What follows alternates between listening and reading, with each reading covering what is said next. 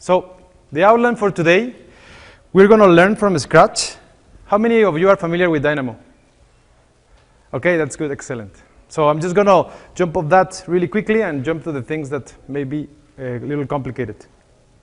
So we're going to learn it for sorting and grouping elements that are different things that may get difficult because you may have a lot of information on lists and you wanted to match them together so you can write it back to the files.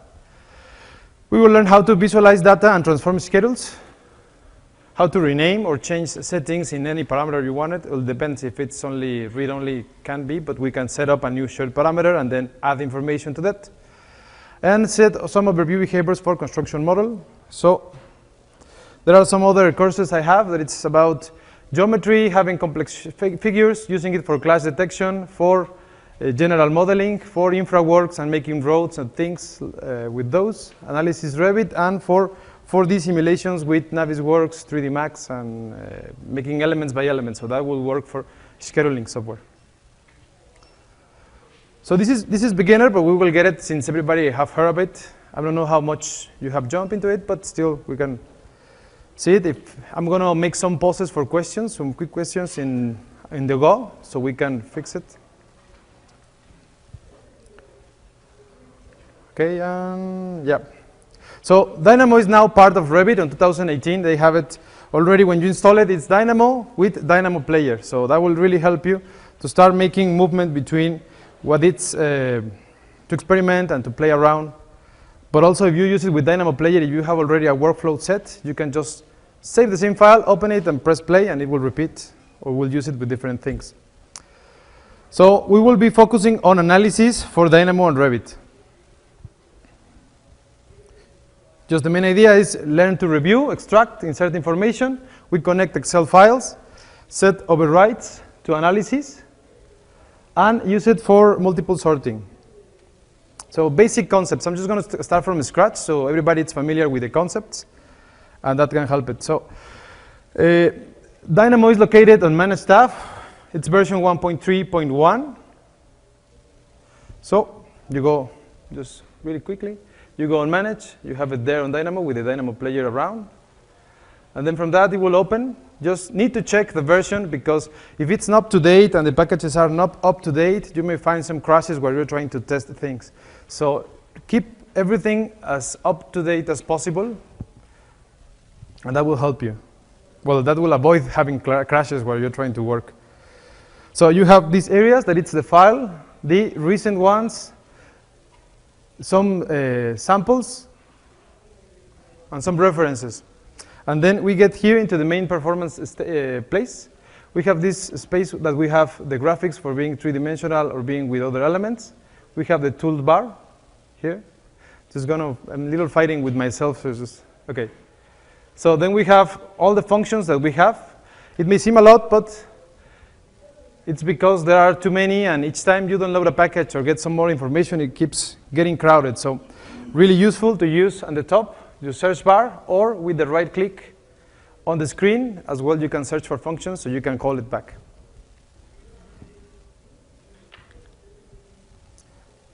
Okay, we have seen that.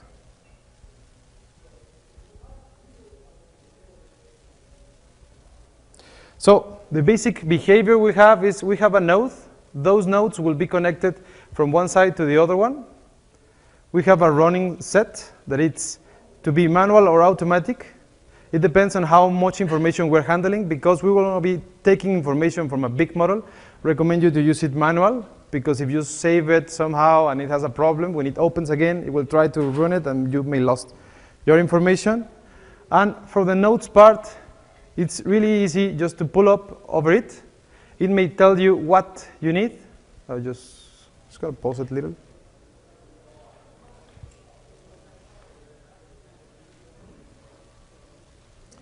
Yeah. It will tell you what it needs to input and output, and the information is showing or is getting from that node. In the back part, we will have the grid surface where we get our geometries being placed. Everything that is being generated can be just in Dynamo. If it's in Dynamo, doesn't mean it's actually on Revit. There may be things that you may look at, but they may need to have some other type of figure or shape. So just, we will set, we have the search tab, important. The environment of move graph an object to change between them, because if you are looking within the graph, you may look at the back one, the back part, and you need to change so you can find out how it works. Then you have your execution settings, the manual and automatic, and how to connect nodes. So then we can go for the inputs. As a starting point for information, we have three basic ones, that it's number, string, boolean. They were the basic level of information we're going to be using it, because we can set it up for here numbers for lengths or for whatever unit we're using it is just number. If we use the string node, we can get there just text with plain characters, and within the boolean it's just true or false settings. We might use code blocks, because code blocks will make it everything much more easier. Just double click and write whatever you want it. And in that case, it will make it much more faster to use. So the inputs, you can search them for number, for a string, or for other element.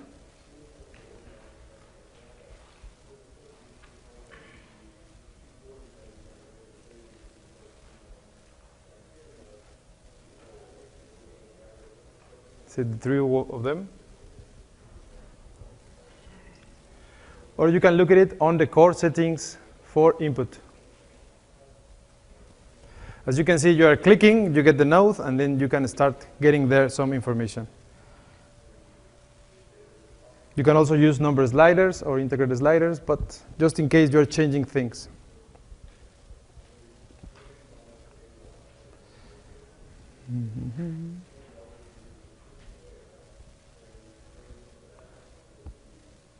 So each time you want to see what's happening in a node, you have the output. And if it doesn't show when you're hovering it, you can use the watch. The watch node will help you get from the output what it's looking at. Otherwise, you can have it from the lower menu, and you can press, so you can have the list being completely displayed. So for example, in that case, we're getting from the string the hello with the quotes. And on the boolean, we get whatever the value is it. So in case we're using code blocks, we can just write the number as it is. It will pick that it's a number, unless it's a decimal number and you need to place a 0 at the beginning. If it's a string, you need to place it with the quotes. And if it's a true or false, it's good enough if it's without uppercases. So it's the same result, but with just one simple node.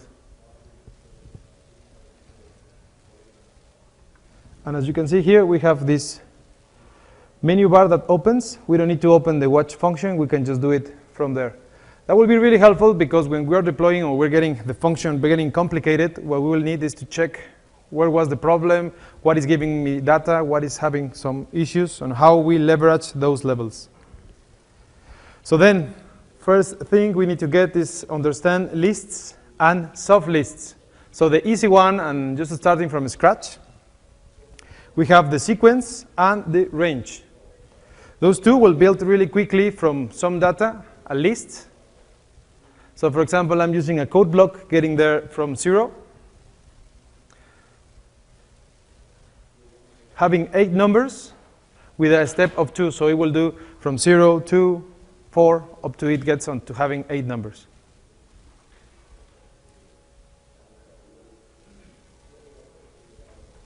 And then we have a list. We'll have all the elements that we have created. With the range, it's similar. The thing is that you will have a start value, an end value, and a step. So you need to set how much is going to be the distance between each of those values.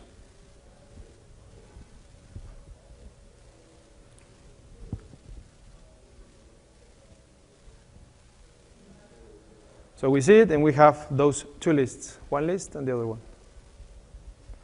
The complicated thing comes when we're trying to get lists within lists, and then we want to make operations between one element and the other one, because as soon as we pick up elements from the Revit model, they will start having some conflicts. So let's just see how you write this sequence in code block. You will use the hash, and you have the starting point, the number of points, the number of elements you want to have, and the step you want to use. So we have the same list, but with less grading, less connections. You will have all the information, and as well, you can do it with the range. The difference with the range is that if you're having with a code block, you will have your beginning, your end, and the number of characters, not a step. So you're not doing it each one. You will have it divide me from 0 to 7 times. So you will have these decimal settings, or you will need to adapt. So far, so good? Okay, just trying to start really, really slow so everybody can pick. Okay, next. We have seen that one. We have seen that one. So now we get into sublists. What will happen now is that that list, as those set of elements, can need to be stacked over other one. So we have on this tab bar, each time we open it, we have 3 signs. That is, just gonna pause it a little. Okay. We were on this one. Yes. Because that's important. Just a moment. Yeah. What's happened?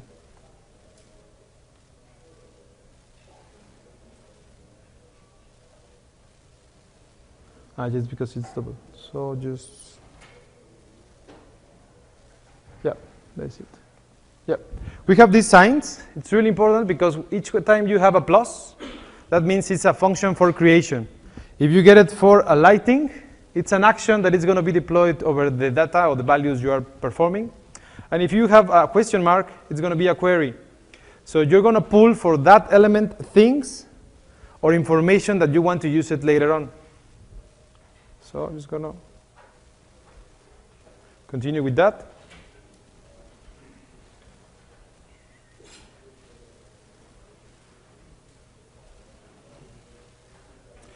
We have the first function is list create. We want to have this one and this one attached to one single list. So we will have them as sublists from the main list. We look like that, and we have the values from the first one and the values from the second one.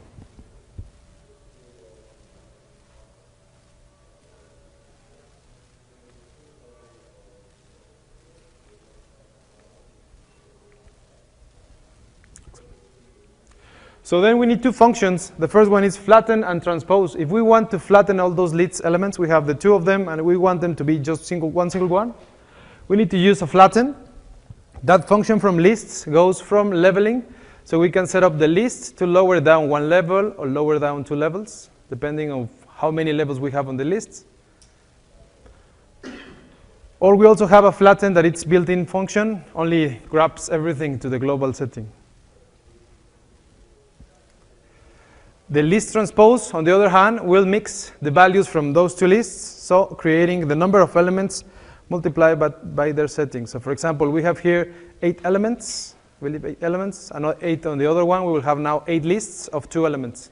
So they are crossing from one side to the other one. It will be really useful when we're exporting to Excel because we want to mix between rows and columns to have it on different tabs of settings. Just going to go for lacing.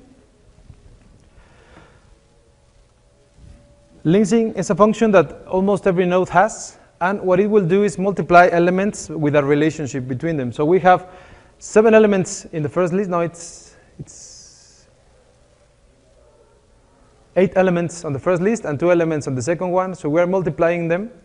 If we have a common lacing, that it's a shortest lacing, we'll have only 2 elements because we only have 2 here.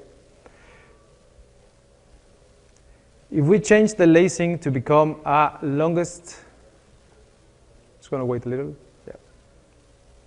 Yeah. Change lacing to be longest. What will happen is that the first 2 elements are responding, and the other ones are getting multiplied, but by the last element. So it's multiplying it by 2 for the last ones, and the first one is with the first one. If we do a cross product, it's going to multiply each of these elements with these other 2.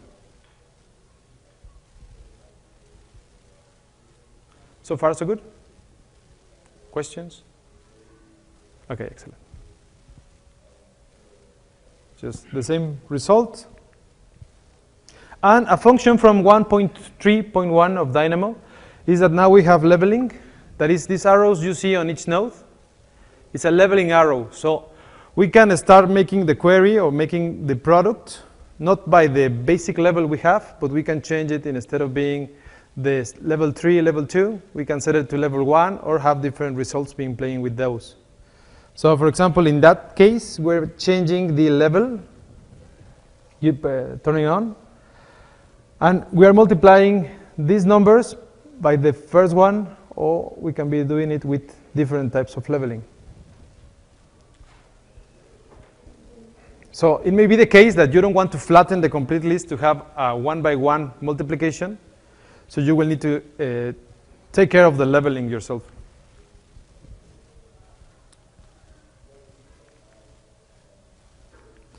And the last part of this, the starting from scratch, is the strings. Because we're going to be handling names of levels, names of elements, we want to change family names or other things. We can write a string, and a string by itself will work as a list. We can split it up. We can count the number of characters it has. We can substring it to change or to get some information, and we can concatenate elements. So we can draw that value and write it on another spot. So that says it's 17 characters. Then we're getting the split. The split, in this case, is asking for a separator. That in this case can be with a white space, blank space. The result will be just each value by itself.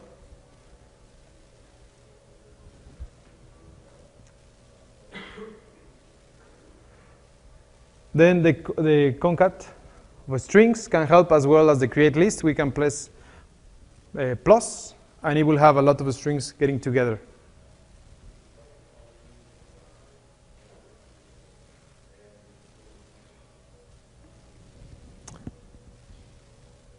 For example, I'm there only, making a concat of the string within the number 17.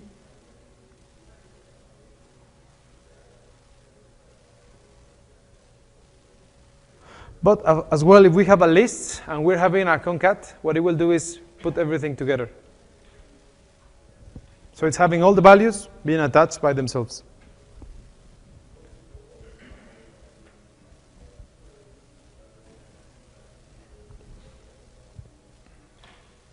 The last one is substring. Substring will get the string, and then you can have a start index, left index, the length index.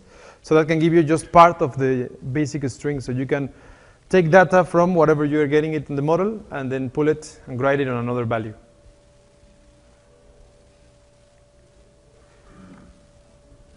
So those will be the basic functions from strings. And now we can get into our topic. We have already that starting point. Questions? Some comments? No? Okay then. Just get the first one. I'm just going to go for some workflows and protocols for getting things. We need to get now the Revit selections. So we have this model sample. That model sample, we want to take things for it. So we open Dynamo, and we have a first node that it's select all elements. So we go up to the end. If we don't know any node, we can go just for selection, review, and we will set those ones that are all elements at level, all elements of category, elements of family type, or elements of type. And what that will do is you just need to set which category you want to pull, which family type or element type, and they will pull everything from the model you have. So you are picking actually all the information. So as you can imagine, it has the starting point and the end point, and it will tell you what it needs. Because of those are defined by the Revit API, you need to get the proper settings of a combo box. So it will tell you this type of category, this type of level, family type, or element type. So for connecting, just drag from one node to the other one, and just need to select. Yeah, just need to select what you want to see. So for example, for that, once you pick it, because we're on automatic, it will graph all the elements that are on level 2. For categories as well, you will have all the basic categories, but also the ones that are from the Revit API. So there are elements that are not actually an object by itself, but I may pick from the tags or other things you're writing. Family types as well, for all family you have in the project. So that's picking all the framings. As you can see, it's not taking too much time. It's just running on the go. So that would be really good if you're trying to test it. But if you have already a big workflow, I recommend you to have it on manual.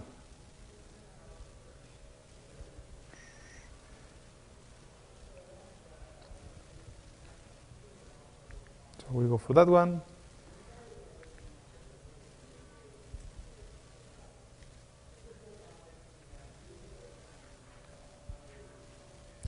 And then we have manual methods of selection. We have for select model element or select model elements. The difference is that we can pick one or several, but we need to do it through a window selection. We cannot do it by a list coming. So we cannot pick individual. We need to select them, then drag it from a window, and we will have all those elements being picked.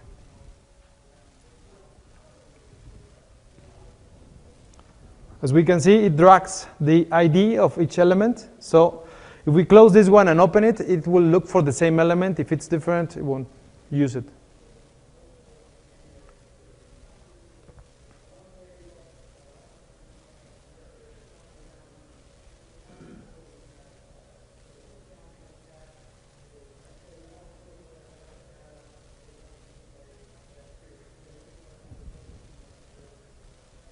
Yeah, and if we want to get several elements, we just need to be careful that they have the same type of parameters or settings, because if they have different settings, they won't find it, or they won't be able to have the same information. So for example, I'm mixing there two categories, elements from one level and elements from the framings. It will give me two lists. It's already sublists of all those elements I have picked. But if I want to get a parameter or something that one is on one side and the other one may have some conflicts. So I'm using a flatten to have the complete lists, and what I want to check as well is that I have only unique elements. So we will use function unique items. They will get picked, and then in this case we haven't any that was on the same, that was repeating, so it was right. So question? Yeah. What's the difference between flatten and list flatten? Is the thing that flatten is a built-in. So what it will do is just go for basic. It will have, if you have different sets of elements, it will go just for have it all of them in one single row. And with list flatten, you can have a leveling setting. So you can go one level up, 2 levels, 3 levels. Excellent. Yep. The unique elements, is that only going to find if they have different element IDs, or if they No, if use that to search for duplicate elements overlapping each other? Yeah, what it will do is just pick just one of those elements. If you have it twice in a list, you will get it just one time. But wouldn't they have unique element IDs, so they show up as separate, and they are different, so they wouldn't really take them out? It's not spatial, it's just like this. You got to get spatial. You accidentally put two doors over one another. Yep. You can't really see it. Yeah. What it will do is that, no, in this case, what it will do is if you have a unique element, they won't delete it because they are different elements. They have different ID. What you need to run will be some intersect, or to check if they are on similar position or close to each other, and then you can delete it. Yeah, that one, the only thing we'll do is a filter for you to have just one in a single list. Hope I answered it. Excellent. So then the first one, we need to learn how to create shared parameters. Shared parameters function, it's not running. Okay. You have all that list is on the settings for the class. And to create shared parameters, we have a function called parameter create shared parameter. And the thing is that you need to have the recipe, the lists, that it goes from having a string of the parameter name, a string of the parameter group, a parameter type, and built-in parameters, so you can build it. Stop a little.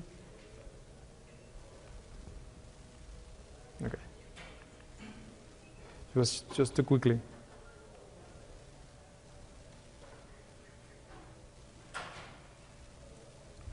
Yeah. So you have it, parameter name, string, group name, string, type, and group. There are functions from Revit, and then if you want it to be an instance and a category list. So the good thing here is that instead of opening and having your shared parameters being pulled from a list and then applied to an element, you can use those to being created, or you can pull it from an Excel list and then just create several parameters. The last part, the categories one, is where you can pick, I want it to be on structural columns, structural framings, and that will help you. Instead of checking it each time for all the elements individually, you can just run the script and have it. So for example, it's already run. Well, it hasn't been run. It doesn't have the parameter. We're looking for level location. We don't have it there on project parameters. It's just the part that I'm not doing magic. It's not there. And then what happens is if we run it, it's on manual. It's completed. Now we go back to our model. And we have it loaded, and we have it on the elements, the categories, and those. So you can filter those, have it as a standard, and then we're charging these ones. We need these ones for this workflow. Just load all of them, and we can pick it, drag information in or out.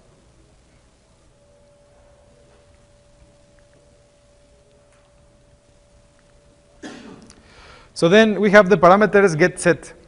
So we have already see how to pick elements. We already see how to get a list create, a flatten of those elements. And what we're going to do is now check the parameter information they have.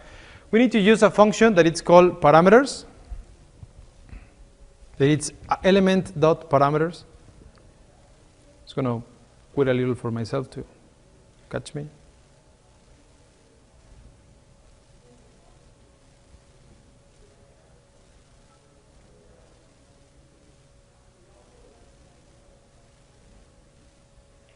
It's called element parameters. Element parameters, yes. What it will do is it will pick for all the elements, will give me a list within all the parameters it has. And with that, I can check how is the parameter called, so I can call it with a get function.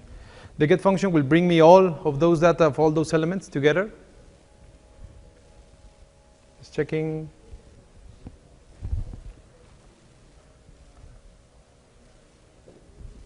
So for example, in this case, I have all parameter types for the list. So I can see I don't have any level. I don't have level.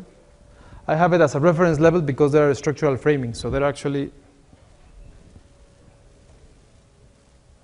with a reference level. I wanted to have that one on level location, or I want to do it that for framings and that for columns. So they are sharing the same one, and I can filter them together or using it however I want it on a database.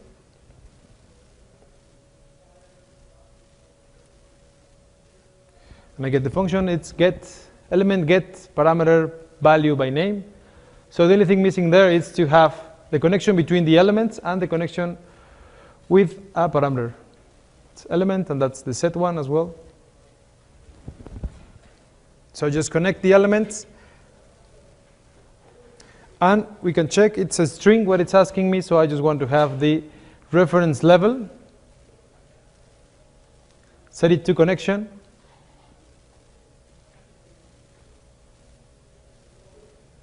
And then it will bring all the levels I have for each single element.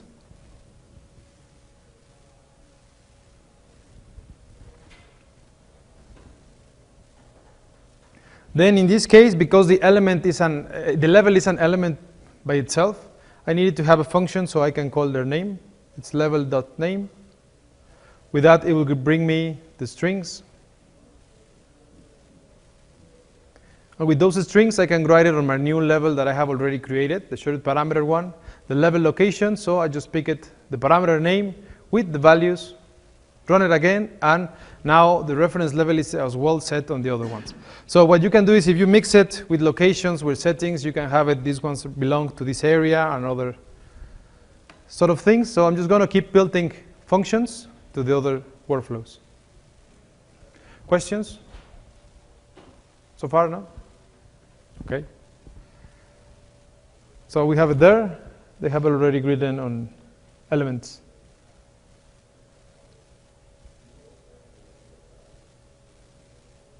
Okay. So, then next function we need to see the filter by bull mask. We want to get rid of some elements that have some information in a parameter. So we will use a filter by bull masks. For example, we want to get only the elements of that list that have a level B2 6.8. We just need to check it with a double equals to see if they are true, they are the same, and with those we can filter them. So it goes from elements from one to the other one. Picks will give me a list of true and false, and then the function is list filter by bull masks. So for those who are true will be picked on the selected ones, and the other ones will be out.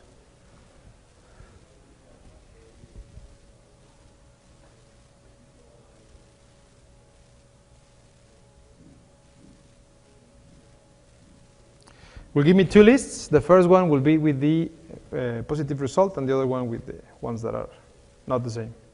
So I'm just picking the same parameters, the element get parameter and the level name. Just change the elements I'm picking,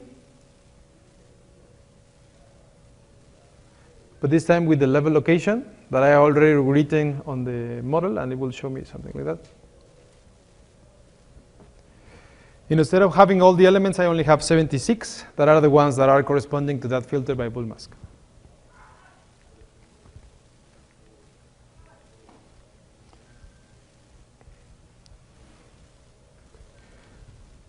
Then we have these ones too that are export to Excel, import to Excel. So I'm just going to grab these ones. They have the function, it's Excel write to file, and the other one is Excel import from file. So you only need to follow the recipe, having a file path, sheet name, the start row, end column, start column, and the data you want to get. So I'm just using, for example, in that case, a single list of parameters. It's from 0 to 10, having 10 numbers, and the other one 0 to 10. Just dragging there the file path as well.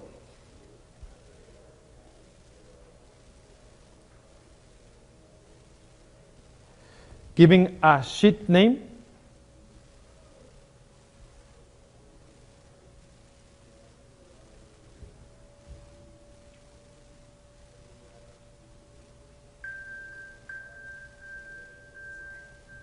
That's right.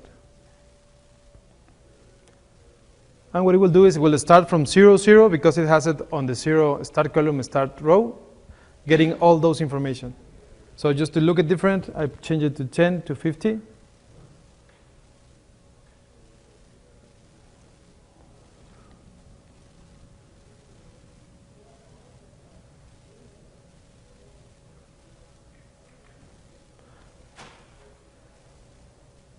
We'll open the values, and it's already opened Excel with the information being set on those ones.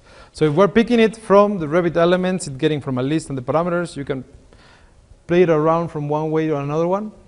Then we have the other one that it's import to Excel, and then we will go from the technical to much more fun stuff. Speaking again, the file, getting from the file, getting the rows. And it will pick the data as well on lists, so we can change it, transpose it. So if we have a list that is being pulled up, we can change it, and we can write it on parameters, we can set it back, we can filter the elements we want, and then modify the information we're trying to look for. Yep. So you're saying set up a shared parameter, export it out to Excel, fill in or modify them, whatever your value is, and then push it back in? Yes. Yes, the only thing that what you will need is you will need to have some key sorting or grouping that we will be looking, so you can pull them in however the condition fits. So for example, if you just write the parameters like that, you don't have a reference to pull it in. You will need to export as well as a first row the ID of the element, so it can know, I want to import these ones from the ID of the element. Otherwise, you can do is to have two parameters that will be as a reference. For example, when the family name is like something and with the type name is something, and then when you pull it in, it can pick all those elements and filter so they can get the information flowed up. Really good. So just going to get for the first workflow, it's a color overrides. These ones will help really good because what it will set is how you set up visibility through parameters. You have the information, but it's really difficult to see what's happening it. So I'm just going to pause it again. Just going to go back. Yep.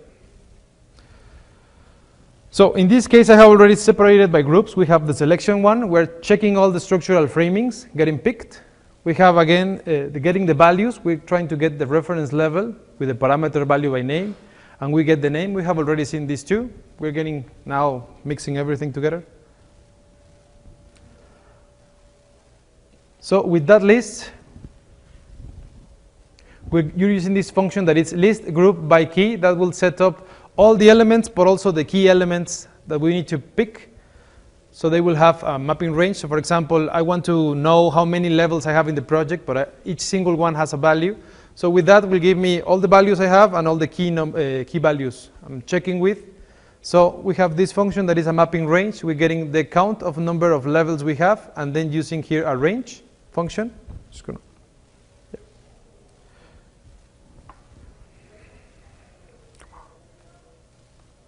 Okay, just gonna, we will check it in a minute.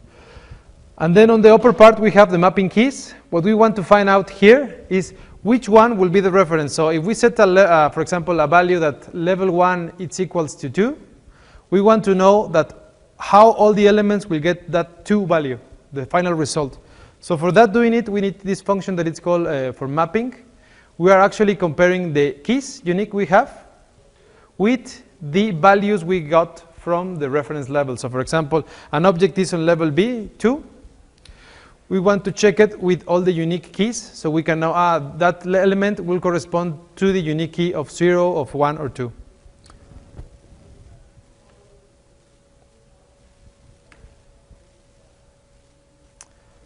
So with that, we use this function that it's called index of and list map. We will see how it works just in a minute. It's gonna just having an overview, and then we will seek the result. Then it's getting from assigning colors. Just gonna, come on. It's gonna be, yeah, this is better. Okay. Now I have the control.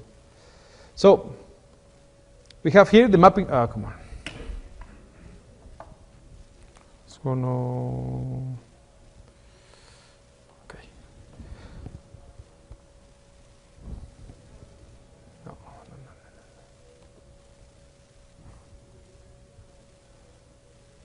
No.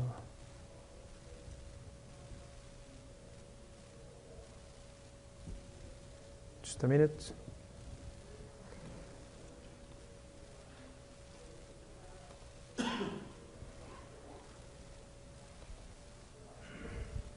No, it's not.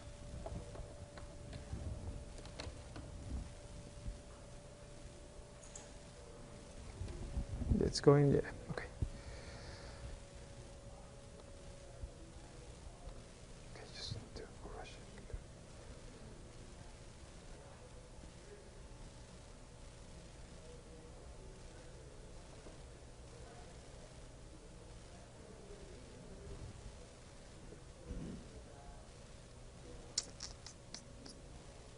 Okay, just gonna go with it because if I change it, it's not responding quite. So just getting back again, here we have the list group by key.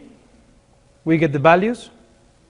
We get the keys right down, so having a mapping range of the number of elements on the level we have.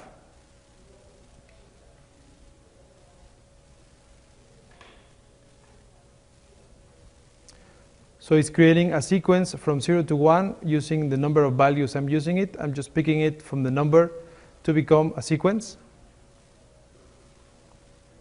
On the upper part, we have the mapping keys. What it's doing is picking this one and comparing it with the one that every level has using a map function. And then with those two mixed, we'll get the number it corresponds with the value it's having. So at the end, we'll give it a color range. And then the color range will grade it over the graphics we have on the three-dimensional element. So if we run it, it will look like this. So you're picking just from the information to give it a set of colors for all the elements. Yes?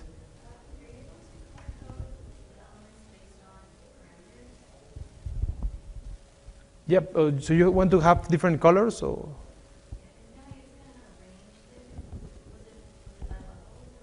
Yeah, it was. Yeah. No. What it was picking is just the general elements. For example, in that case, it's having the value of the levels. And then what it's doing is comparing it. So it knows level 2, level 3, level 1. It's going to give it a value from that range, from 0 to 1. And then it will pick it from different color.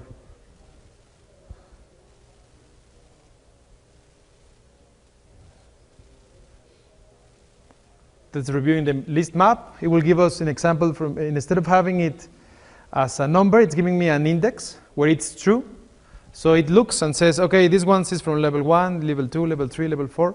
Give me an index, and then I can use it from the list of colors, so it will have a different type of color for each one. Just gonna, yes.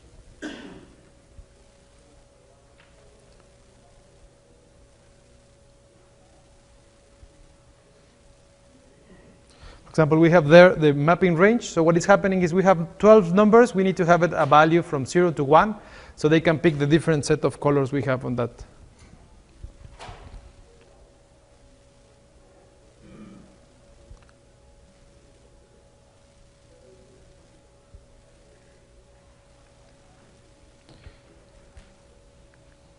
We have it crack it down. So we have it.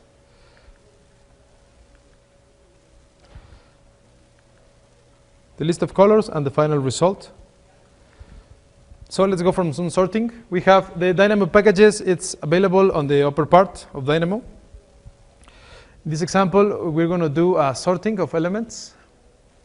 We have that element, for example, it's a framing. It has a mark of n. So all the elements are with a mark of n. I'm just setting clear that they don't have any value written, and we wanted to array them so they can have a unique mark number starting from lower to up.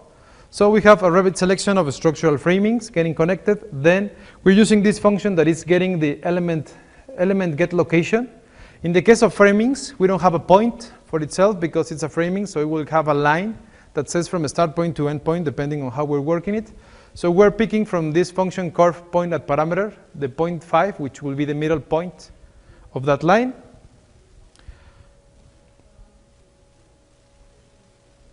And then what we want to get is the point, the x, y, z, and value, so we can sort it. It will start from z value, from the y value, and then from the x value.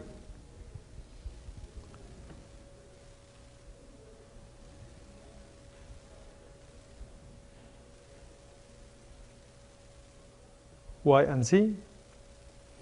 Then it's getting in a complete list with this one, list create.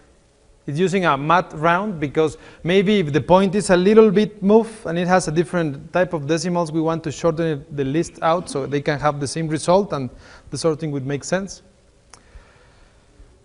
We have a general sorting with the list sort, but that's just with one value. In this case, we're using trees of lists that will be the elements, the Z value, the J value, and the X value. And we're using this function that is sort lists of lists that is from the that was practical BIM package.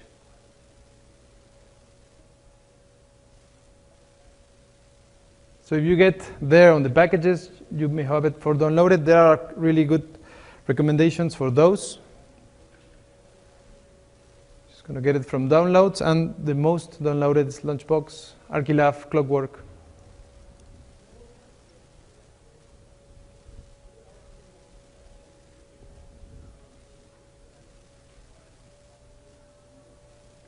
I'm also including on the references the Dynamo Primer if you haven't seen it. Dynamo Primer gets a really good set for how all the basic functions that are running, and also you can get the other ones from the packages.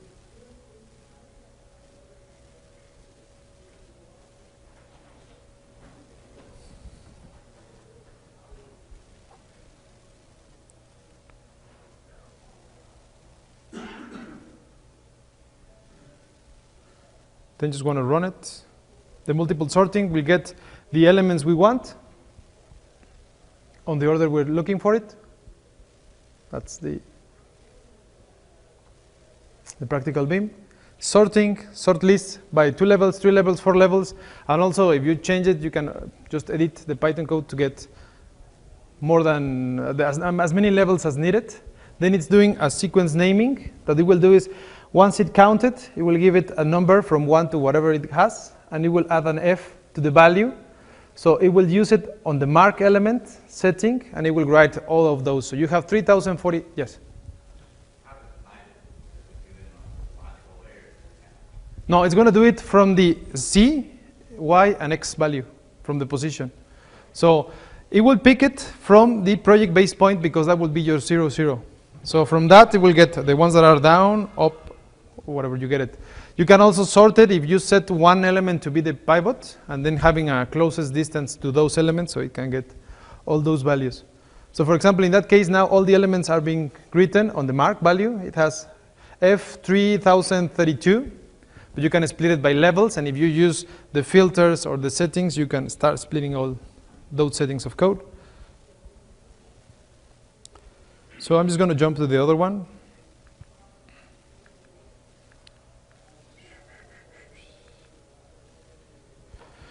We have this one that as well is display analysis on surface. So we want to pick a face, and we want to make a comparison on where are the columns. So I'm just duplicating that view we already have on the three-dimensional one. I'm just going to use a single floor, just isolate it. And then we open the one that is from display colors. We want to use the display interface. So we have the three-dimensional one and see points on the surface to see where are the columns or some other elements. We can use it for room spaces, from values of whatever the model has. And as well as picking a face. So that's where we're going to make the study. It's going to be on that floor space. Then we're getting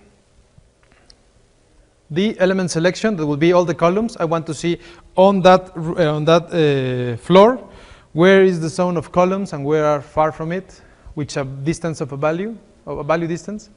So we need to set up a seed points reference. So what it will do is, from the surface, I'm going to split it in 50 times on X and Y. And from the columns, I want to get just the general location, will be a point that gets projected to the surface. So it will show up on the floor, those points, and we compare with the other ones to get the minimum distance.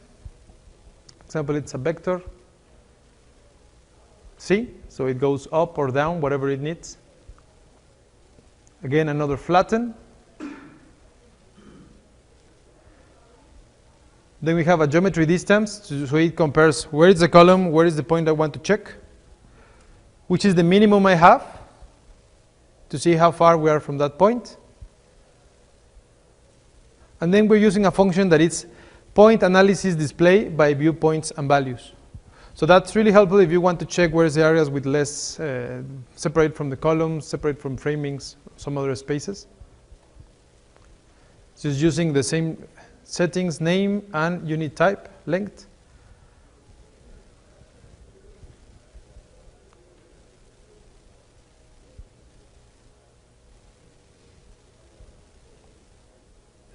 It's finished.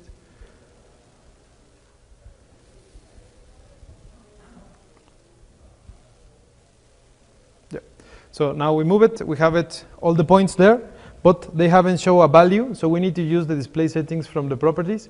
We need to go for where you have the analysis display settings. Now we have one that is called distance to columns that we can change, and with that we can configure a display style. With that we're setting up a grading of 4 types of colors, depending on a range, to be used as points.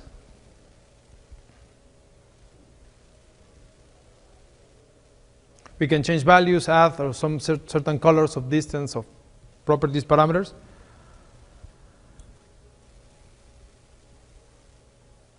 Set it for OK, apply, and give something like this.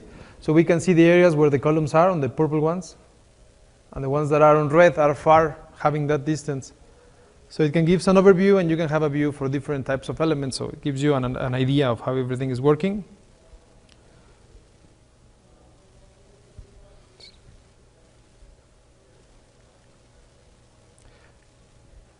I'm just going to skip this one. This one is just about the schedules, how you create schedules. You just need to set it up, the formula from the schedule view, create a schedule. You get the category, the framing schedule, and the type of schedule you want to create. What you will be needing is from the schedule view to take the schedulable fields to see what can you be pulling from that category. And in that case, you can use just a code blocks. I want to have the type, family, and keynote. You can rename it as well, so you can have a better sorting. And in this case, I'm using the function index from mapping instead of using the other one that index from mapping. Just grab it everything together, and it's already set. So it's doing that function, but just with one node, so it gets simpler.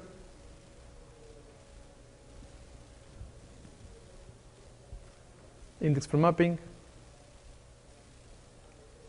It picks up the index, and then it will create the schedule with those 3 fields. So if you are picking a lot of lists, so you wanted to take it, you can have it on the schedule field and then grab it. It's going to go 4. And then the important thing, the good thing about Dynamo is because almost everything is getting pulled from the logical between the Revit API. If you have already created on Dynamo, it will be easier just to change it and transform it on a tool that can be pulled from that be created or with coding. So for example, I'm using there, I have those elements and I want to do it with the same walls. So we have already tested that in Dynamo, and in this case it's using it with hard code. So it's the same thing, it's the same type of basic, but instead it's picking all the parameters. So I wanted to have color by lengths. So what it will do is just pick it and transfer it. So Dynamo is a really good bridge between that because it will give you the logic, and for that just to put it out to hard code will be much more simpler than just doing it from scratch. So as well, I'm checking, and I want to have it with different colors or different settings. I want to check it not from length, but maybe another one from the base offset or the base constraint. So it will change from levels, and now it has a different color. So you're checking and see that the elements are in the proper spot, whatever they need it. Another one, for example, using it for the assembly codes. So that was already set from an Excel file, but if you already picked the Excel file and link it, you can do it directly on Revit. But because you already know that it's possible within Dynamo, you can do it, or you can look for how to get it into hard code, and that will improve workflows. It will work 10 times faster than Dynamo, but the good thing is that you have already tested. So, for example, that one is just picking from the list of assembly codes to select all the elements, so I don't need to do it manually each by one, but it's using the same type of logic. And it's missing the last one. And this is will be the last video. Yeah, we're still on time a little. So this one's what it do is, because we have already the rooms and the spaces, we can pick them and check it for having some intersections. So I'm using there the launchbox of room element collector. What it will do is pick all the rooms I have on that space, and I want to use it to know if my families are responding, or which rooms have the most number of families, or whatever I want to review. I'm using there a color in Dynamo so I can visualize it on the Dynamo interface, or also I'm using another one down that it's the cycle. It's what it's doing is checking how many elements there are and to place them on a room color. So it's dragging there a flatten, element selection, checks if it intersects with the solid of the room to see which one it has it, and then with that it can have the number of elements on each room and to which room they belong. Having a color as well, the color range, I haven't changed it, I haven't put any values, just using it the normal one.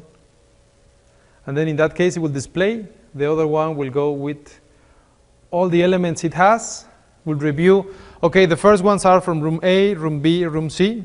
So I'm just going to pick a color for those. The same thing we did with the levels, but using it now instead of levels, rooms, and not by a property, but instead an intersection between objects. So what it do is a remap, and just trying to get to the end, just wait for it a little.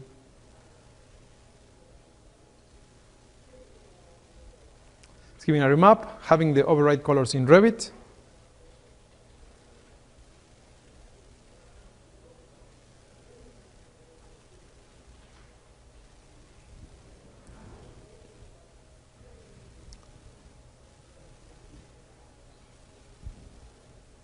still edited the time of, but okay, just a moment.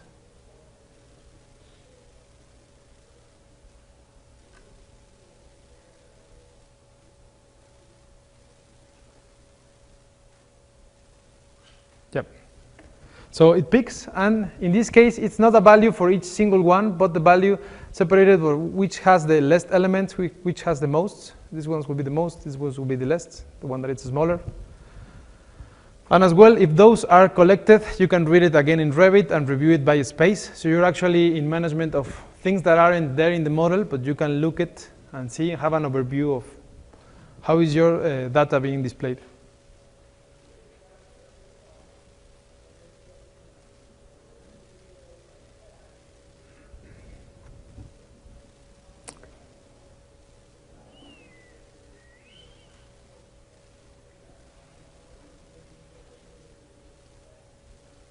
Just waiting for the last image. It's because you will see the families with the different colors. I'm grading it as well, the colors it will have.